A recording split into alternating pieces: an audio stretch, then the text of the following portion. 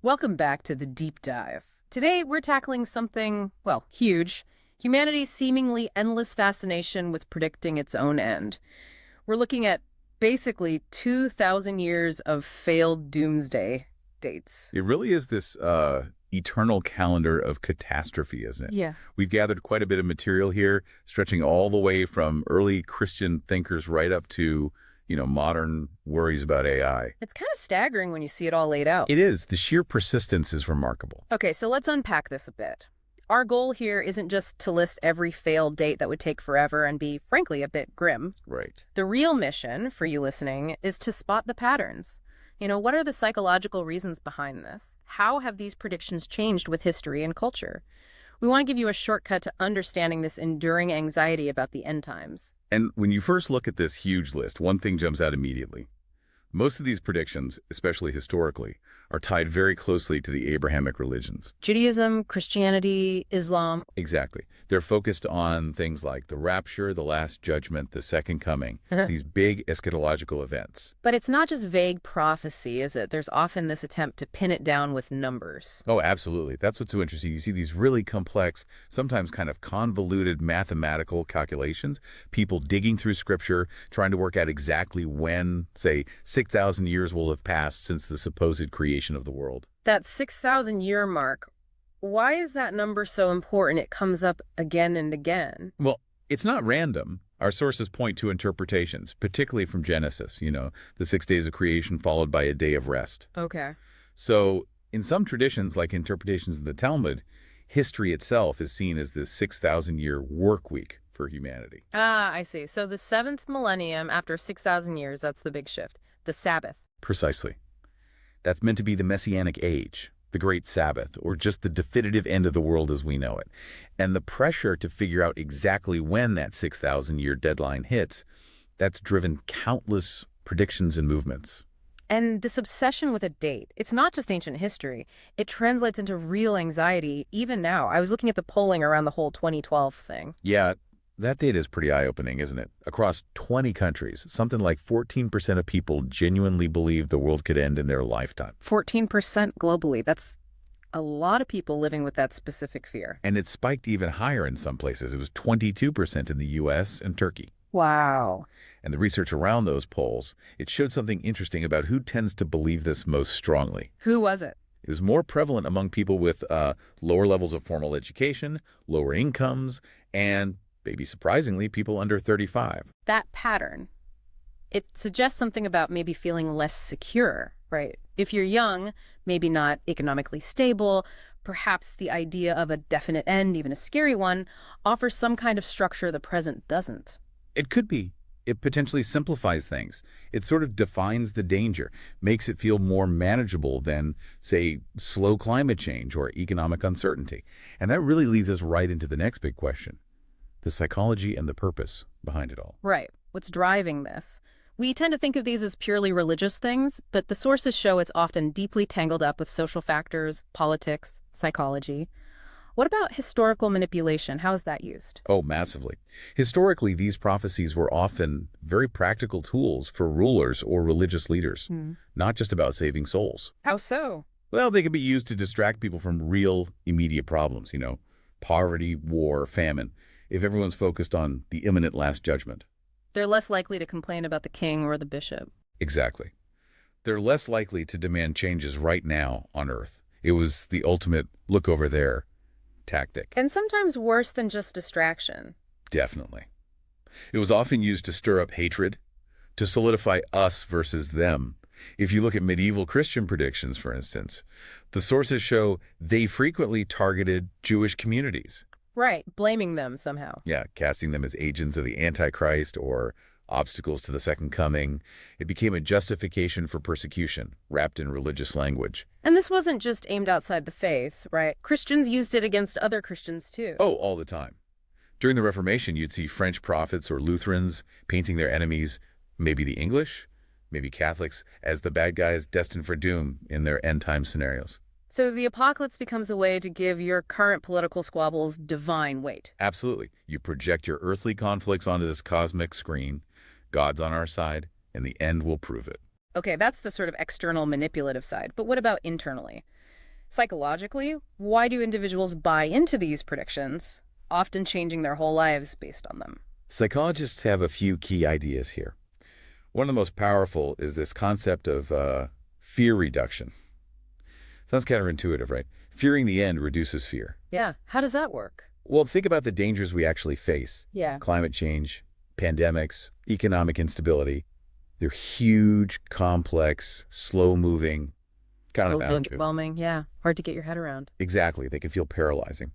But believing in one single definable catastrophic event, an asteroid hitting on this date, the rapture happening then. It simplifies everything. It seems to, mentally. Yeah. It reduces all that complex, fuzzy danger down to one specific thing you can focus on, maybe even prepare for. Suddenly, the problem isn't slow societal decay. It's surviving next Tuesday. It makes existential dread feel contained. Easier to fear a sudden crash than a slow slide. That seems to be part of it. And then there's just a basic human fascination with fear and drama. We're drawn to big, dramatic stories, especially apocalyptic ones. Like watching a disaster movie, but believing it's real. Kind of. And thirdly, personality traits can play a role.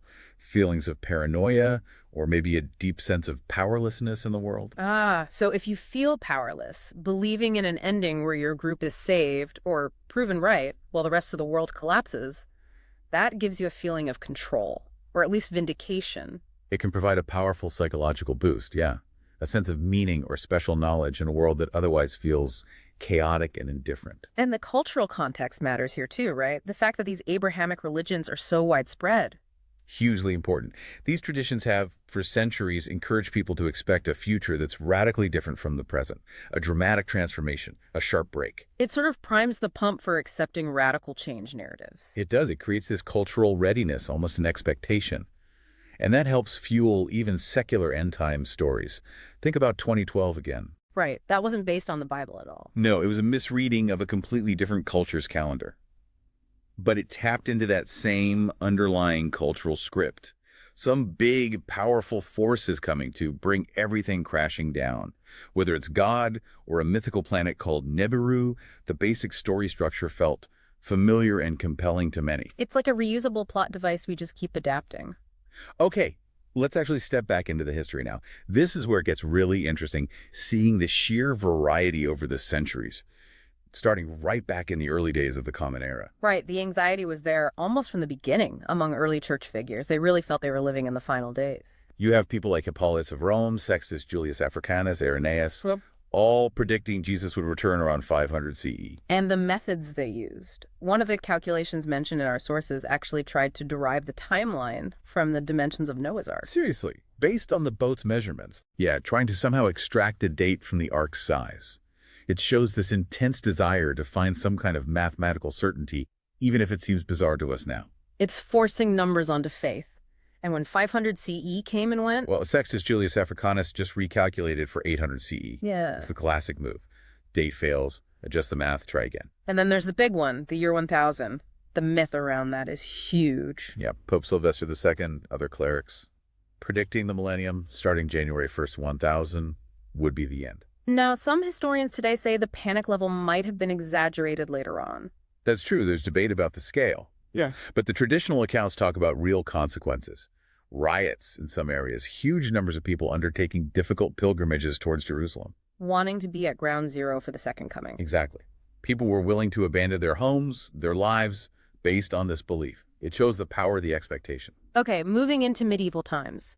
The calculations seem to get darker, more tied to conflict. Definitely. Look at Pope Innocent III. He died in 1216, but he predicted the end would come 666 years after the rise of Islam. 666. And blaming Islam. Right, placing the date in 1284. It shows how these prophecies were constantly shaped by current events and enemies, always finding someone to point the finger at. But sometimes the prophecy wasn't a calculation, it was just reality seeming like the end times. Absolutely. The Black Death, mid-14th century, wiped out maybe a third of Europe. Our sources are clear. People widely saw this as it. This was the end, God's judgment, the signs foretold. The sheer scale of death felt apocalyptic. And this belief could even paralyze institutions. You mentioned the Russian Orthodox Church near the end of the 15th century. Yeah, that's a fascinating case. They believed Christ would return in 1492, not based on scripture directly, but on their calendar. How did the calendar point to 1492? 1492 marked 7,000 years since creation, according to the Byzantine calendar they used.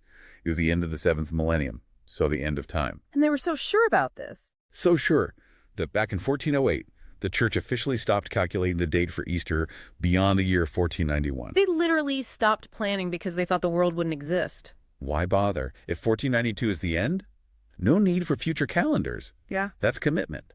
But it also shows the potential for organizational chaos when the prophecy fails. Because 1492 came and went. It did, and suddenly they had this huge gap in their liturgical calendar. No Easter dates calculated for years ahead. It apparently took quite a while to sort out the mess, a real-world consequence of failed prophecy. Okay, so the Reformation era comes along, more religious turmoil, but also astrology getting involved. Tell me about the London flood hoax. Ah, yes. 1524, a group of London astrologers looked at the planets aligning in a certain way. And decided It meant a catastrophic flood was coming starting in London that would basically end the world. And people believed this, based on astrology. Apparently so. We're talking about 20,000 Londoners, according to the accounts, actually packing up and leaving the city, heading for higher ground, abandoning homes, businesses. Wow, so what happened in February 1524? Nothing. Not even much rain, apparently. And the astrologers... All right. They just recalculated, said they'd made a small error, and the real date for the flood was exactly 100 years later, February 1st, 1624. Unbelievable. Just kick the can down the road for the next generation. Pretty much. Shows how hard it is to admit you were wrong, especially publicly. But sometimes these prophecies led to more than just embarrassment or inconvenience. The Anabaptist movement showed how dangerous it could get. That's right. Figures like Thomas Muntzer around 1525 and Jan Mathis in 1534, they weren't just preaching. They used their end times predictions to justify armed rebellion. The Minster Rebellion being the most famous example. Yes. Mathis declared Minster the new Jerusalem, predicted the apocalypse was imminent, and then led his followers in attacks against the forces besieging the city. He believed prophecy would protect them. It didn't, obviously. No. It led to horrific violence. The rebellion was crushed, Mathis was killed, followers died, leaders were tortured and executed. The prophecy gave them permission for violence, not divine protection. And this kind of certainty wasn't just fringe groups, right? Major figures believed it too. Absolutely. Martin Luther himself, the driving force of the Reformation, confidently predicted the world wouldn't last beyond the year 1600. Wow. Even Luther. And Christopher Columbus. In his book of prophecies from 1501, he wasn't just focused on sailing west. He was calculating the end date. Yeah. He worked out the world was created in fine 343 BCE, decided it would last exactly 7,000 years, and put the end date somewhere around 1656 or 1658. So even exploring the new world was happening under the shadow of the old world ending soon. It really underscores how pervasive this thinking was, this conviction that time was fundamentally running out. Okay, that conviction really scales up in the 19th and 20th centuries. We move from individual preachers or small groups to massive movements. This is the age of disappointment. And the defining movement here has to be the Millerites in the 1840s. William Miller, a Baptist preacher, convinced hundreds of thousands of people, mainly in the U.S. and Canada. What was his prediction? Christ's return. First, he calculated it for March 21st, 1844. And the followers went all in, right? Selling property, not planting crops. Completely. Buying special white robes for the ascension. Total commitment. So when March 21st passed and nothing happened, that was the first disappointment. But they didn't give up. No, this is where the pattern kicks in again. Recalculation. One of Miller's followers, Samuel Snow, argued the first date was based on the wrong calendar. He recalculated using a different interpretation and came up with a new definitive date, October 22nd, 1844. The tension must have been incredible leading up to that second date. Sources describe people gathering on hills, in meeting houses, just waiting.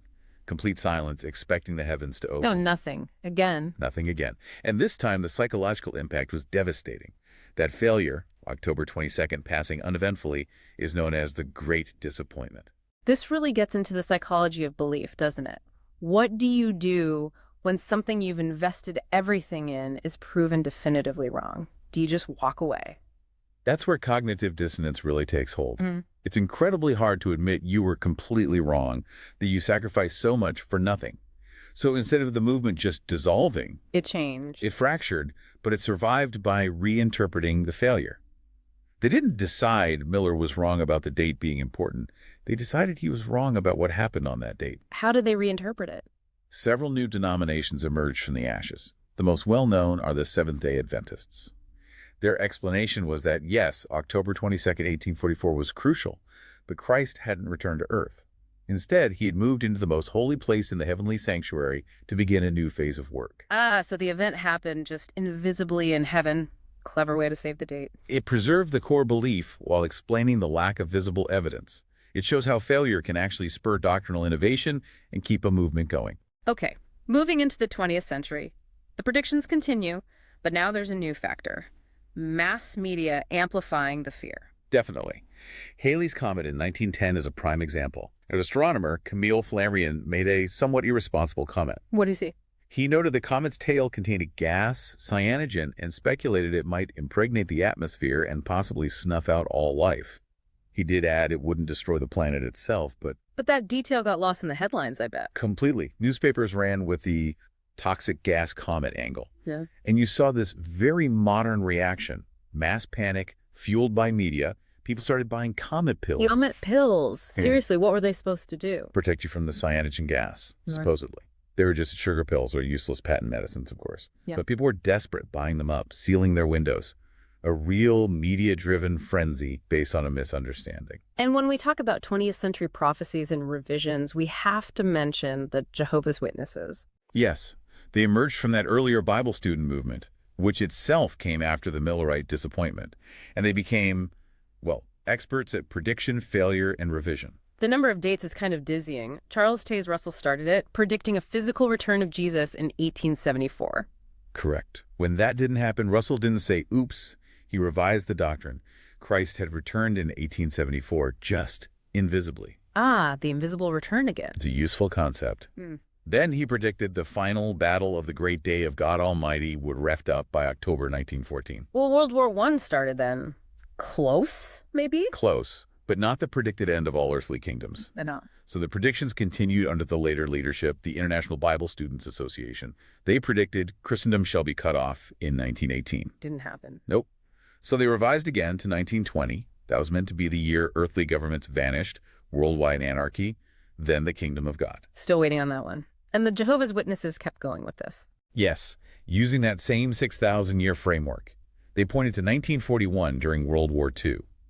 Then, probably the most famous one, was 1975. Why 1975? Their calculation at the time suggested that 6,000 years since human creation would end in the autumn of 1975. This was heavily emphasized in their publications. And the impact on followers. Significant. Many sold homes, delayed education or careers, put off having children, and poured all their energy into preaching, believing the end was just months away. The failure in 1975 caused a major crisis within the organization. But they survived it. They did. It led to another major doctrinal adjustment, moving away from setting specific dates. But the organization itself endured. It's a real case study in how strong group identity and leadership can navigate repeated, profound failures of prediction. The 20th century also gave psychologists a chance to study this phenomenon up close, didn't it? Absolutely. The classic study involves Dorothy Martin and her UFO cult in Chicago in 1954. The Brotherhood of the Seven Rays, they call themselves. What was their belief? Martin claimed she was receiving messages from aliens, warning that the world would be destroyed by a massive flood on December 21st. And the aliens were going to save them. Yes, a spaceship was supposedly coming to rescue the true believers just before the cataclysm. So December 21st comes, no flood, no spaceship. Exactly. And the researchers who had infiltrated the group were right there, observing what happened next. The immediate, desperate attempts by the followers to rationalize the failure. Maybe we weren't ready. Maybe our faith saved the world. This is the study when prophecy fails. That's the one. It became the foundation for the theory of cognitive dissonance, how people strive for internal consistency and will rationalize or change beliefs to reduce the mental discomfort of conflicting ideas like, I believe this, versus the evidence contradicts it. But sometimes the outcome was far more tragic than just psychological discomfort. Heaven's Gate in 1997. A truly grim example. Marshall Applewhite, the leader, convinced his followers that a spacecraft was hidden behind the Hale-Bopp comet. And he told them, That suicide was the only way to evacuate Earth, so their souls could board this ship. 39 people took their own lives, believing they were ascending to a higher level. just devastating. And you mentioned a less famous but equally horrific event in Uganda around 2000. Yes, the movement for the restoration of the Ten Commandments of God. They had predicted the apocalypse for the year 2000, when the date passed uneventfully. What happened? It seems the leaders, rather than face the disillusionment of their followers, orchestrated a mass killing. An estimated 778 members died, many in a deliberately set church fire, others poisoned or murdered elsewhere. It's a horrifying reminder that these failed prophecies can escalate far beyond disappointment into calculated violence. Goodness, the turn of the millennium itself, the year 2000, brought its own wave of anxiety, but this time much more focused on technology. Y2K, the millennium bug, that was the Yeah. big one. Widespread fear that computers worldwide would crash at midnight because they couldn't handle the date change from 99 to a web year. People feared banking systems collapsing, power grids failing, total chaos. Exactly. Social collapse seemed plausible to many. But what's fascinating is how quickly this purely technological threat got woven into older religious narratives. How so? Well-known evangelical authors like Tim LaHaye and Jerry Jenkins, who wrote the Left Behind series. Very popular books about the rapture. Right. They initially suggested that the chaos caused by Y2K would be the perfect trigger for the Antichrist to rise to power. The global breakdown creating the need for a single world leader. Wow. So the computer bug becomes part of biblical prophecy. It shows how flexible these end times frameworks are. You can plug almost any major crisis, plague, war, comet, computer glitch into the existing script. The method of collapse changes, but the expectation of a figure like the Antichrist emerging from chaos remains. And this blending of secular fears and ancient scripts happened again just over a decade later with 2012. The 2012 phenomenon, yeah. Based entirely on a misinterpretation of the Maya long count calendar. People thought the calendar ending meant the world ending. Pretty much. The end of a major cycle, the 13th Bacten, on December 21st, 2012, was twisted into meaning the end of time itself. Just to clarify, what is a Baktun really? It's just the time period in their calendar, about 400 years long. Ending the 13th one was like us hitting the year 2000, a significant milestone, a transition, but not understood as the apocalypse in actual Maya culture. But that didn't stop the global panic. People were predicting asteroid impacts, alien invasions, the arrival of some mythical planet, Nibiru. All sorts of scenarios. And despite scientists and actual Maya scholars stating very clearly, no, this misunderstands the calendar, and no, there's no scientific basis for these threats. The fear was real. People built bunkers, hoarded supplies. It tapped into that deep-seated apocalyptic expectation again. And we still see these pop up, right? Viral prophecies fueled by social media. Like that hashtag Rapture Talk thing recently? Exactly. A South African pastor predicts the rapture for a specific weekend in September 2025. It explodes on TikTok, people making videos about how to survive being left behind. And when the weekend passed? Of course, nothing happened, and the pastor immediately said, oh, I used the wrong calendar, and recalculated using the Julian calendar. Same old pattern. Fail, revise, repeat. Never admit defeat. So looking at the modern era, there's also this interesting split between what the general public fears will end the world and what experts worry about. Yeah, that 2015 survey you mentioned from the Global Challenges Foundation really highlighted that. Ask the public, the biggest fear is still quite traditional: nuclear war. Makes sense, Cold War legacy and all that. But the experts... They pointed towards artificial intelligence or other catastrophic risks from new emerging technologies, things that can fundamentally change the world or humanity's control over it in unpredictable ways. So public fear looks back at known threats. Expert fear looks forward at novel ones. Largely, yes. And just for a fun, slightly weird detail from that same survey. Go on. Up to 3% of people surveyed in the UK and US actually thought the world would end because of zombies or an alien invasion. Wow. Okay. The fringe never completely disappears. So we've covered 2,000 years of human predictions, from Noah's Ark math to computer bugs, mostly failures. But what about the predictions from science? The ones based on physics and astronomy? Right. If we zoom out, way out, human prophecies tend to fail pretty quickly, but science offers predictions on vastly different timescales. They're statistically likely based on the laws of nature, even if they are mind-bogglingly far off. Okay, so what's on the cosmic horizon? Anything relatively soon, astronomically speaking, like that WR104 star system? WR104. It's a triple star system set to go supernova sometime in the next 300,000 years or so. And the worry was That if its rotational poles were pointed directly at Earth when it exploded, The resulting gamma ray burst, this incredibly powerful focused beam of energy, could hit us. What would that do? Potentially strip away a significant chunk of our ozone layer, which would be, well, very bad for life on the surface. So a cosmic death ray. That was the initial concern. But thankfully, more recent observations, looking at its spectrum and how it interacts with its companion stars, strongly suggest it's tilted. Tilted away from us. Yeah, by about 30 or 40 degrees, enough that when that gamma ray burst eventually happens, the beam should shoot off safely into space, missing Earth entirely. Okay. Crisis averted for a few 100,000 years. Phew. What about threats closer to home? Earth-based risks on long timescales. Two main geological ones. First, asteroid impacts. We know a big one, 10, 15 kilometers wide, like the one that finished off the dinosaurs, hits roughly every 100 million years. Statistically, it will happen again, eventually. Okay, 100 million years. Not tomorrow, but inevitable someday. What's the second? Supervolcanoes. An eruption on the scale of the last Toga eruption, absolutely massive, enough to potentially cause a volcanic winter and mass extinctions, is considered likely sometime within the next million years. Again, devastating, but life has survived those before. It has. But there's a slower, more insidious end predicted by science, driven by our own sun. This isn't the sun exploding, right? This is something else. Right, this is much earlier. It's about the sun gradually getting brighter and hotter as it ages. This process starts to cause major problems for Earth's atmosphere, maybe 600 to 800 million years from now. How does a hotter sun wreck the atmosphere? The increasing heat speeds up the weathering of silicate rocks on Earth's surface.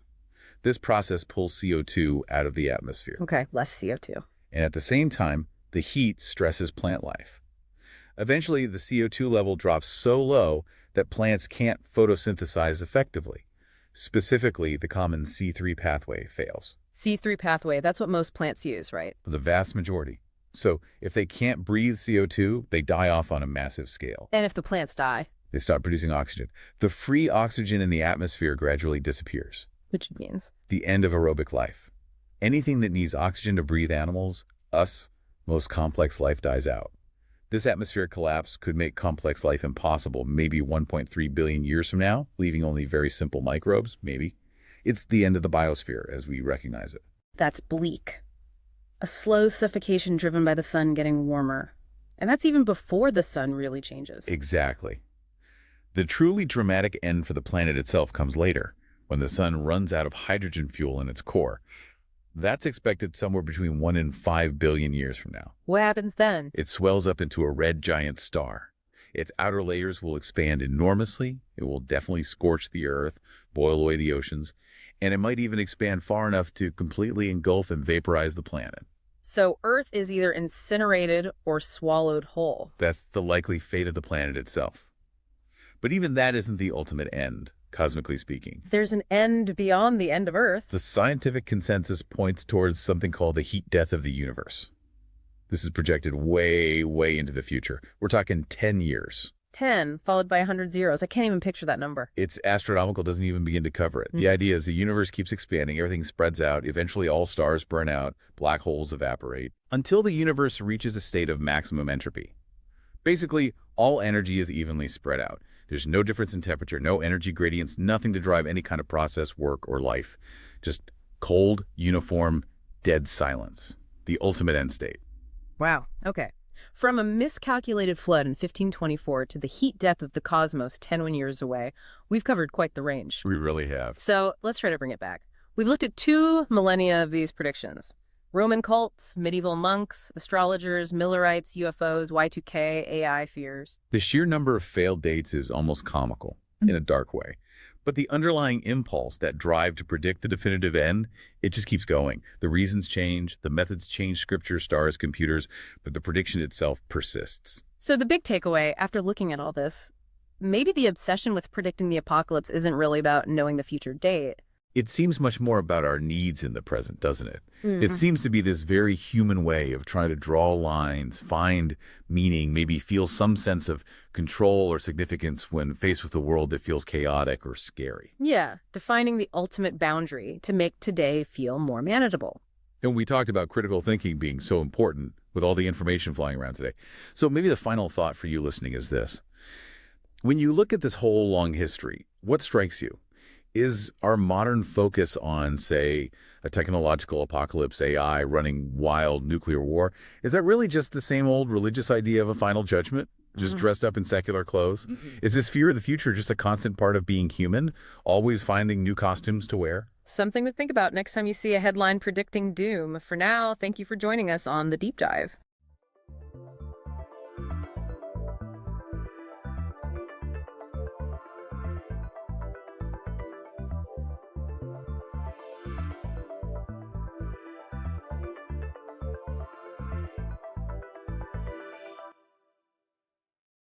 Welcome back to the Deep Dive. Today we're talking about cholesterol. You know, that one molecule everyone seems to be afraid of, the one you're always checking for on food labels. It's a fascinating subject. We're going to do a deep dive into what it actually is, because it's so much more than just a number on a blood test. Right, it has this reputation for being, a villain. But the truth is, it's absolutely fundamental to all animal life. We literally couldn't exist without it. It's the ultimate paradox, really. It's the scaffolding for our cells. But when it's mismanaged in the body, it can become a huge problem. Our goal today is to move past that simple good versus bad label. We want to unpack the science, understand what cholesterol actually does, and look at the incredible system our bodies use to manage it. Think of it as the anatomy of a big misunderstanding. Let's start with the basics. Cholesterol is the principal sterol. For all animals. For all animals, it's everywhere in your body, but it's really, really concentrated in the nervous system. So the brain and the spinal cord. I love the history here. It's not a very glamorous origin story, is it? Not at all. It was first isolated back in 1769, and they found it in, of all things, gallstones. Just solid, crystalline chunks. And that's where the name comes from, right? Exactly. A French chemist named it in 1815. It's from the ancient Greek kol, which means bile, and stereos, which means solid. Solid from bile. Makes sense. It's a literal description of where they first found it. So the main takeaway here is that cholesterol isn't some kind of contaminant from our food. Our bodies make it. Every single one of our cells makes it. It's an essential structural part, and it's a signaling molecule. And it's interesting, you basically don't find it in bacteria or other simple organisms. They don't need it. But for us, for animals, it's absolutely non-negotiable. Okay, so let's unpack that. If every cell needs it, what is it actually doing in there? What's its primary job? Its number one job, the most fundamental one, is structural. It's a key component of the animal cell membrane. So it holds the cell together. It does more than that. It modulates the membrane's fluidity, so it keeps it from being too runny or too stiff. Like it keeps it in that just right zone. Exactly. And it does this across a whole range of temperatures. You see, the membrane is mostly made of these fatty acid chains and cholesterol slots in between them. And what does that do? Well, at body temperature, which is pretty warm, it kind of stiffens things up. It increases the packing and keeps the membrane from getting leaky or falling apart. So it's adding stability. Right. But then at lower temperatures, it does the opposite. It gets in the way of those fatty acids packing too tightly, so it prevents the membrane from freezing solid. It keeps it flexible. And this is apparently why animal cells don't need a rigid wall like a plant cell does. That's the evolutionary genius of it. Cholesterol gives us internal stability, which allows our cells to be flexible and to move. Without it, our cells would just, they'd burst. And it's also the gatekeeper. It helps control what gets in and out. A crucial role. It makes the membrane much less permeable to small things, especially ions like hydrogen and sodium. Why is blocking those two so important? Because everything from nerve impulses to muscle contractions relies on keeping a very specific electrical gradient across that membrane. If those ions could just leak across freely, the whole system would collapse. So cholesterol is both the rebar in the wall and the security guard at the gate. A very good way to put it. But its job doesn't even stop there. This is where it gets really interesting for me. It's the starting block for so many other vital things in the body. It is. This is where it shifts from being a structural piece to being a master signaling molecule. It's the precursor for a whole class of essential compounds. Let's start with vitamin D. Yep. A form of cholesterol just under your skin gets hit by UVB light from the sun, and that kicks off the process of making vitamin D3. Which we need for calcium, bone health, our immune system. All of that. And then you have the steroid hormones. All of them. Every single one. Cholesterol is the essential starting point. This includes the sex hormones, estrogen, progesterone, testosterone, and the adrenal hormones. Like cortisol, the stress hormone. Cortisol and also aldosterone, which manages your salt and water balance and, your blood pressure. Without cholesterol, you lose the ability to manage stress, to reproduce, to regulate blood pressure. It's all connected. It's staggering. And then there's the brain. You mentioned it has the highest concentration. Why? Insulation. It's all about speed. Your neurons have these long fibers called axons that need to send electrical signals really fast. And to do that, you need to insulate the wire. You do. And that insulation is called the myelin sheath. And myelin is incredibly rich in cholesterol. It's what makes it such a fantastic electrical insulator, allowing the nerve impulse to jump down the fiber at incredible speeds. And when that insulation breaks down, you get diseases like multiple sclerosis. That's right. The loss of that cholesterol-rich myelin or demyelination is at the heart of it. The signals just can't travel efficiently anymore. And the brain has its own private supply chain for this stuff, doesn't it? It doesn't take it from the blood. That's a key point. The brain is walled off by the blood-brain barrier, so it has to make its own cholesterol right there on site. Who makes it? Specialized cells called astrocytes, they're like the local cholesterol factory, and they produce it and then deliver it to the neurons that need it. So it's clear it's an absolute hero molecule. Yeah. Which brings us to the big question. If it's so vital, why does the transport system we have for it seem to cause so much trouble? Well, because it's so vital, the body has this incredibly complex system for making it and getting it where it needs to go. And that system relies way more on what we make than what we eat. Let's talk numbers. How much do we make versus how much do we eat? Okay, so a typical adult male makes about 1 gram. That's 1,000 milligrams of cholesterol every single day. 1,000 milligrams? Yes. And dietary intake? In the U.S., the typical daily intake is only around 300 milligrams. So we make more than 3 times what we eat. That one fact feels like it should change the entire conversation. It really should. It tells you that your blood cholesterol is primarily controlled by your body's own production, not just your diet. And the body is smart. If you eat more cholesterol, it just makes less. It compensates. It has to. It's a feedback loop. And that's why, 7 or 8 hours after a meal, the cholesterol from that food has very little effect on your overall blood levels. The body has already adjusted. The problem isn't the molecule, it's the delivery. It's a fatty, oily substance trying to travel through our watery blood. Exactly. It can't just float around on its own. It needs to be packaged up for transport. And that's where lipoproteins come in. The famous LDL and HDL. Right. These are like little transport spheres. They have a water-friendly surface and a fatty core where they carry the cholesterol and other fats. Let's focus on the main delivery truck. LDL, low-density lipoprotein. LDL is the major cholesterol carrier. Its job is to take cholesterol from the liver out to all the other cells in the body that need it. Each little LDL particle is carrying something like 1,500 molecules of cholesterol ester. And how do cells grab it? They have special docking stations on their surface called LDL receptors. When a cell needs cholesterol, it puts out more of these receptors to catch the LDL particles as they float by in the blood. So LDL is doing an essential job. Why does it get called bad cholesterol? The bad part comes in when that system breaks down. If you don't have enough functional LDL receptors, maybe due to genetics or other factors, you can't clear the LDL from your blood efficiently. So the delivery trucks just keep circling the block with nowhere to park. A perfect analogy. And the longer they circle, the more likely they are to become damaged, or what we call oxidized. And this oxidized LDL is the real troublemaker. That's the truly dangerous stuff. Once it's oxidized, your immune system sees it as a threat. Immune cells called macrophages rush into the artery walls to clean it up. Like a cleanup crew. But they don't have an off switch for this stuff. They just gorge themselves on the oxidized LDL until they become these bloated, fatty cells called foam cells. And these foam cells get stuck. They get trapped in the artery wall.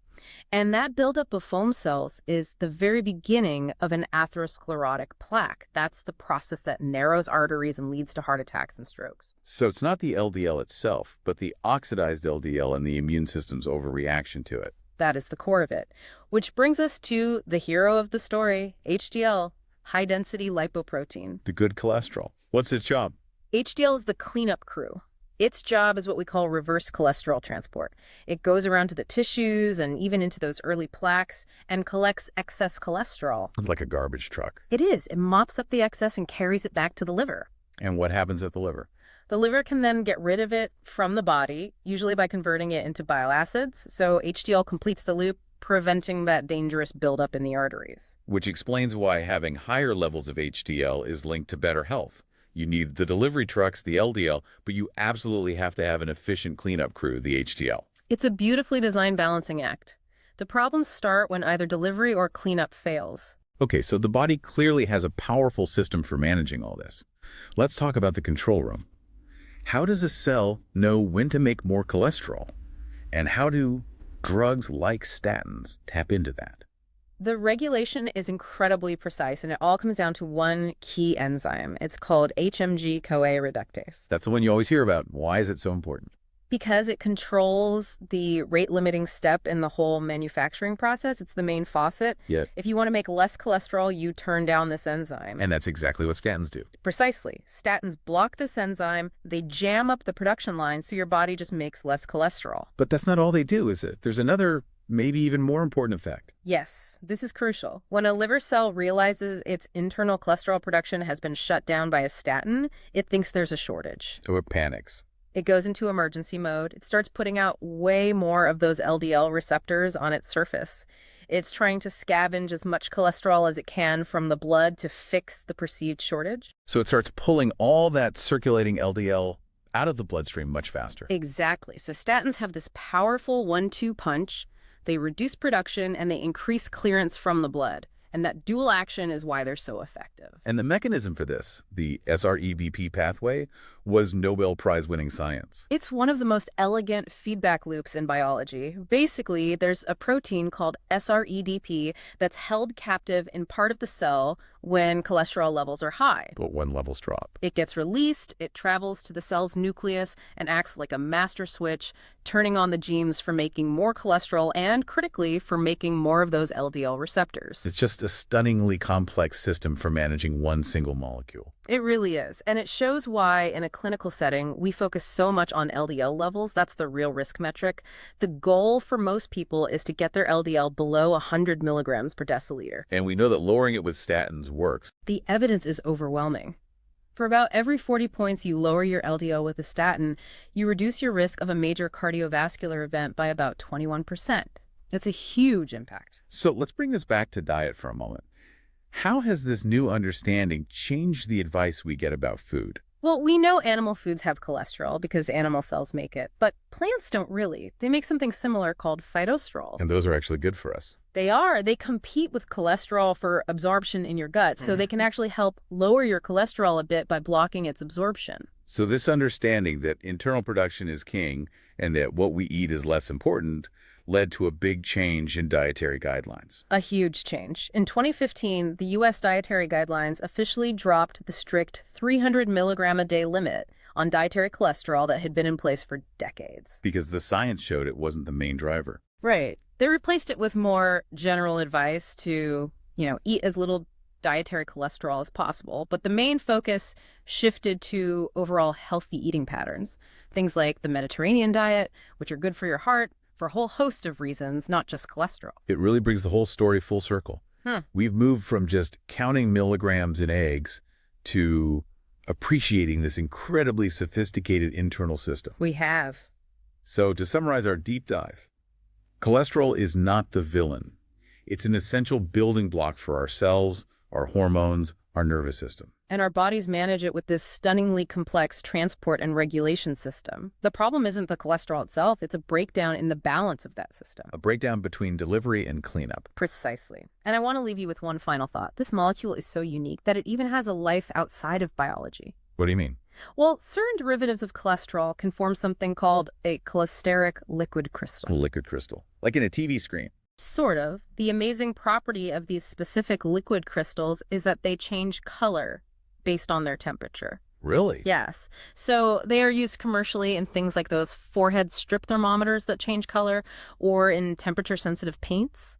That's incredible. So the same molecule that structures our cells and helps our brain fire is also used to help us measure the temperature of the world around us. It's a perfect example of how foundational chemistry drives everything. So the next time you hear about bad cholesterol, I hope you'll remember the incredible complexity we've talked about today.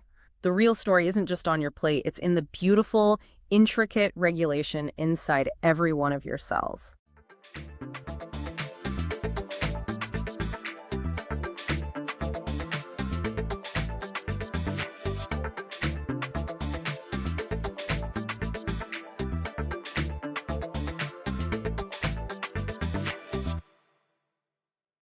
Welcome to the Deep Dive, where we slice through the densest research and official reports to give you the most compelling and comprehensive understanding of the topics shaping our world.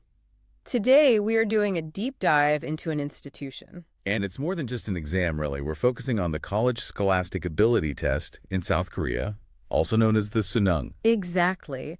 Our sources, and these are official guides from the Korea Institute of Curriculum and Evaluation, or KICE, along with a ton of socioeconomic analysis, they all confirm the same thing. This is a foundational pillar of modern South Korean society. So it's not just about getting into college. No, not at all. It's the single most critical factor that determines which university a student gets into, and that in turn really dictates their entire career path, their lifetime earnings, even their social status.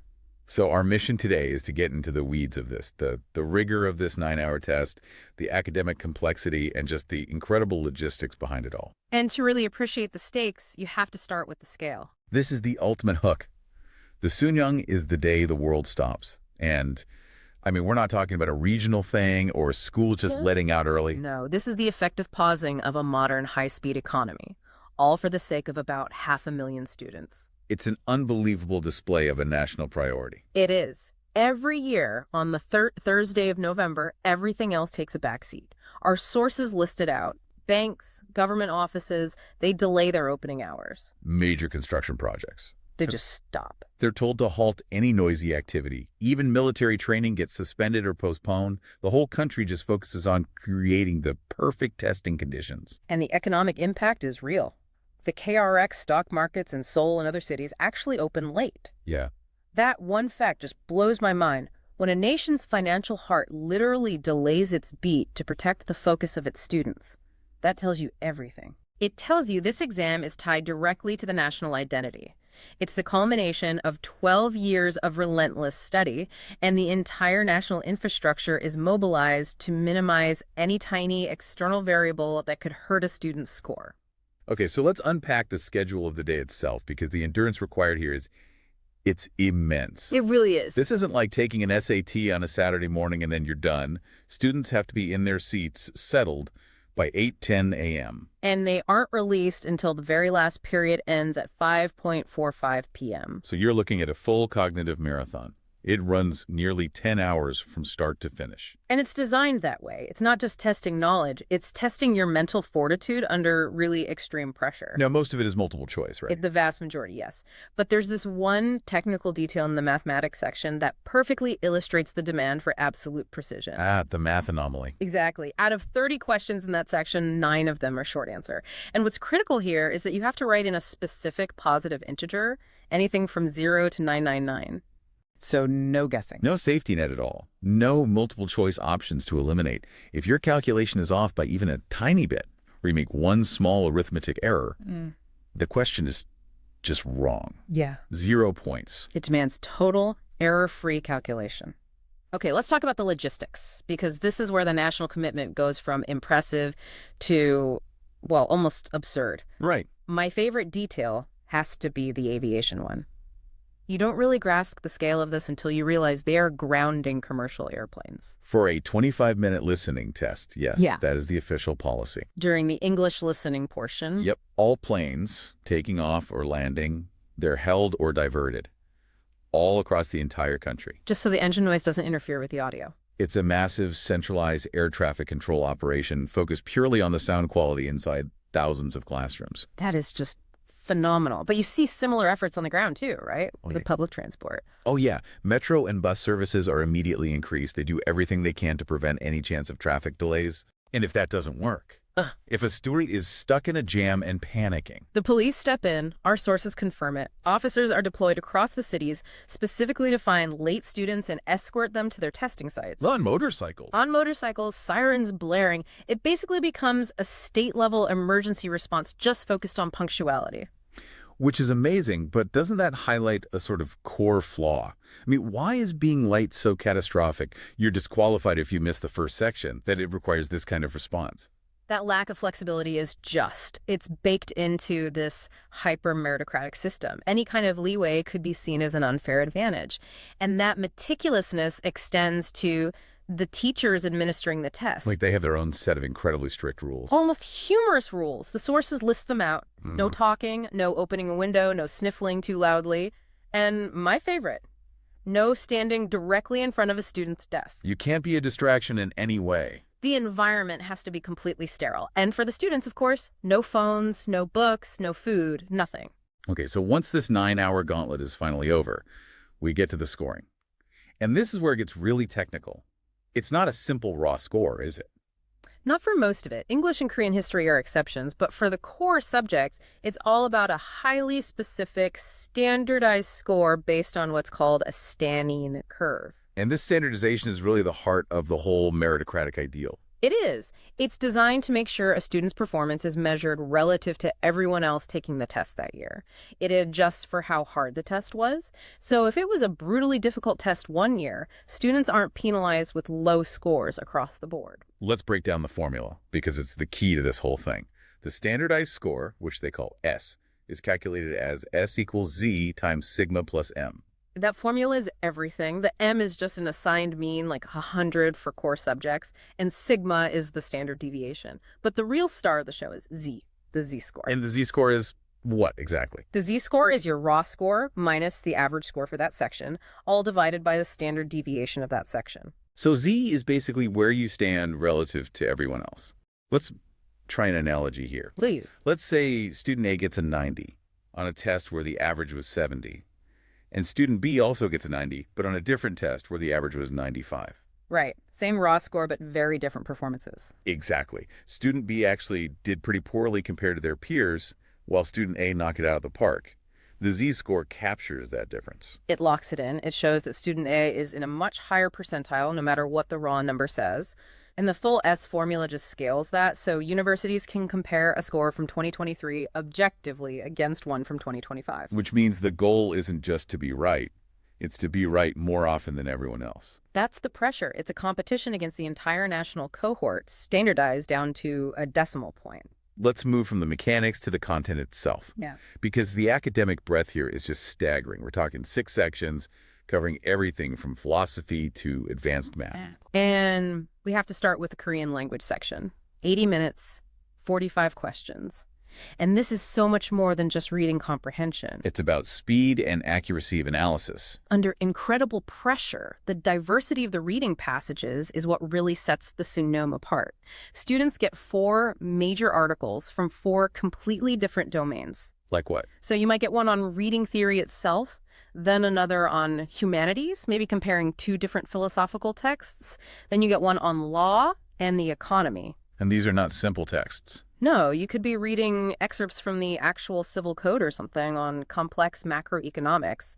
You're basically doing a rapid legal or economic analysis in just a few minutes. And the 4th one is science and technology. Right. High-level biology, physics, maybe something on a recent technology like 3D modeling or even the metaverse. I remember reading about the mixed text example from 2017. Oh, that's a classic. They combined a scientific text on the physical properties of concrete with a humanities text on its artistic use in modern architecture. So you had to analyze both simultaneously. And then answer questions that required you to synthesize concepts from both, things that normally live in totally separate university departments. And on top of that, there's an elective choice within the Korean section itself. Yes, between speech and writing or the incredibly specialized language and media. Which sounds intense. The language and media option is basically a linguistics course.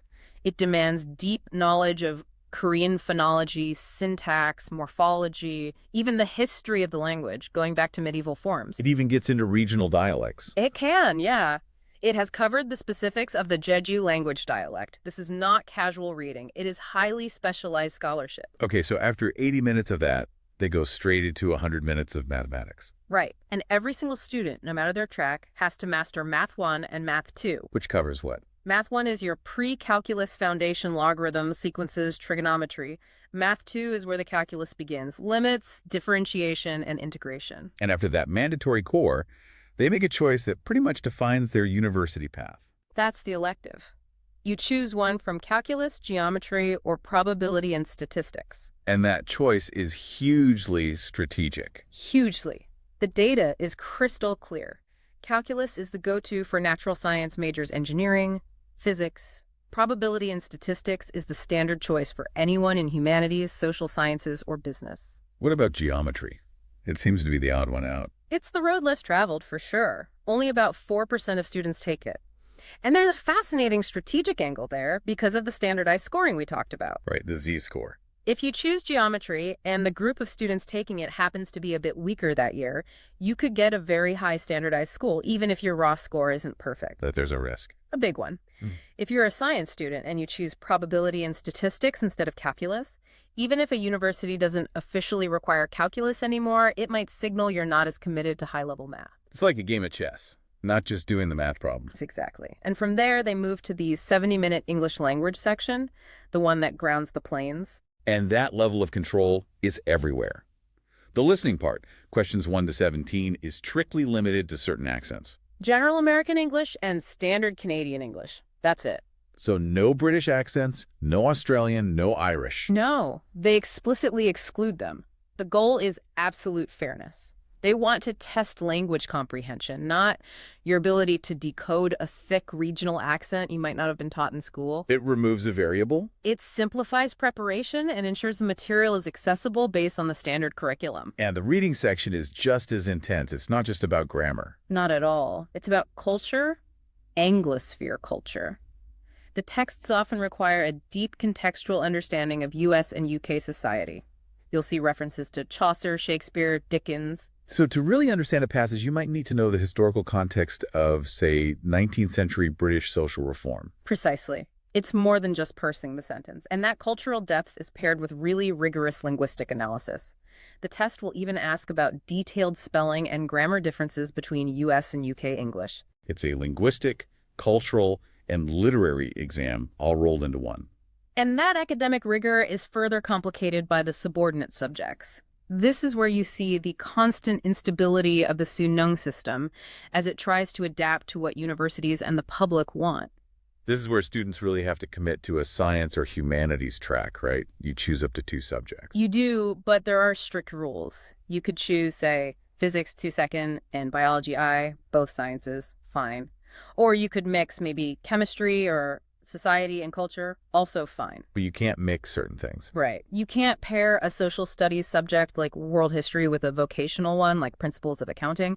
The vocational track is very separate, taken by only about 1% of students. And this separation between science and social studies is what led to this huge shift that started in 2024. The great university shift, yeah. Historically, if you wanted a top STEM major, the rules were rigid. You needed 2 science subjects, and you were pretty much expected to take calculus or geometry. But that changed. It changed dramatically. Starting in 2024, most major universities just abolished the 2 sciences rule. And the implication was immediate. Completely predictable. Students thought, why should I struggle with advanced physics a second if I don't have to? So you saw this huge migration of students from the science track over to social studies, just looking for an easier path to a high score. The numbers are pretty staggering. Before 2024, science subjects were more popular with top students. In the 2024 test, social studies takers actually outnumbered science takers. It's a complete reversal, driven by student pragmatism. Are there any exceptions still holding out? A few big ones. Seoul National University and almost all medical schools still require the 2 science subjects. And this isn't the end of the changes. There's a massive overhaul planned for 2027. It's a radical one. They're planning to abolish all the electives we just talked about. In Korean and in math, no more choosing calculus or PNS. Everyone takes the same test. And what about the subordinate subjects? They're being replaced. All those diverse, specialized subjects, physics, economics, world history, are gone. In their place will be just 2 simplified subjects, integrated science and integrated social studies. And these are based on 10th grade level material. Yes. It's a very deliberate move to reduce the need for expensive private tutoring, the Hagwons, by getting rid of all that super specialized advanced content. But like you said, this system is always changing. Every revision tries to create fairness, but just opens up new ways to compete. It does, and that constant change and intense pressure leads directly to the social and human cost. It's a true pressure cooker environment. The psychological toll it's really well documented and quite sobering. It is. The sources link the immense pressure of the CSAT directly to high levels of stress, depression, and even suicide among students. This one day is seen as making or breaking their entire life. And the economic cost goes way beyond one family. It affects national demographics. Right.